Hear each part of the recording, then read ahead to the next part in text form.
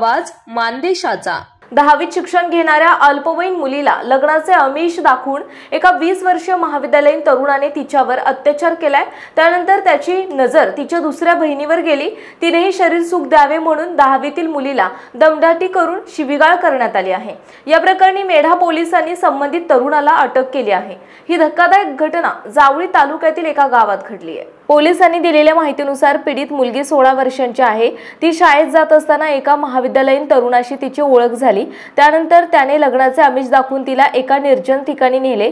तेथे त्याने तिच्यावर अत्याचार केला। काही दिवसानंतर या तरुणाची नजर तिच्या बहिणीवर गेली। तिनेही शरीर सुख द्यावे म्हणून तो 10वीतील मुलीच्या मागे लागला, परंतु तिने नकार देताच त्या तरुणाने तिला दमदाटी करून शिवीगाळ केली। हा प्रकार असह्य झाल्याने पीडित मुलीने याची माहिती तिच्या आईला दिली। यानंतर आईने मेढा पोलीस ठाण्यात 19 रोजी धाव घेऊन तक्रार दाखल केली। मेढा पोलिसांनी संबंधित तरुणावर पोक्सोचा गुन्हा दाखल करून त्याला अटक केली। सहाय्यक पोलीस निरीक्षक अश्विनी पाटील या अधिक तपास करीत आहेत। आपल्या जिल्ह्यातील तालुक्यातील लेटेस्ट बातम्या पाहण्यासाठी आजच मान चौफेर न्यूज चॅनलला YouTube वर सबस्क्राइब करा आणि बेल आयकॉन प्रेस करा।